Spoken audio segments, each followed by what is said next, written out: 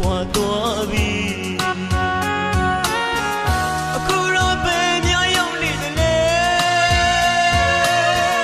အဖေမြစ်တာဖွဲ့တည်တန်စီ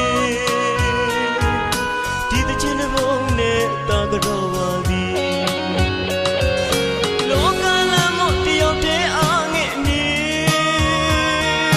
အဖေရှိတော့ငါအတိတ်ဘဝလေးစီပြန်တွေးရင်ကျွန်တော်ငိုချင်တယ်တာတနေ့မှမေ့မရနိုင်မှာအဖေမမေ့သေးတဲ့ကျွန်တော်ကလေးဘဝငယ်စီ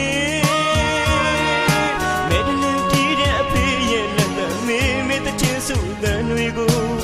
နားထဲမှာတာကြောက်ရောက်နေတယ်အဖေသာရှိရင်ကျွန်တော်တကယ်ပြောမိမယ်စင်မောရောက်တိုင်းလွမ်းနဲ့မြမတန်စီတီးတစ်တွေစူနီလွမ်းနေအောင်မယ်ကာရိုမီသားစုကပါလေတခေါက်ပြန်လာခဲ့အောင်အဖေရဲ့ဒီတချင်တဲ့ဘုံနဲ့လမ်းလိုက်ပြရစေ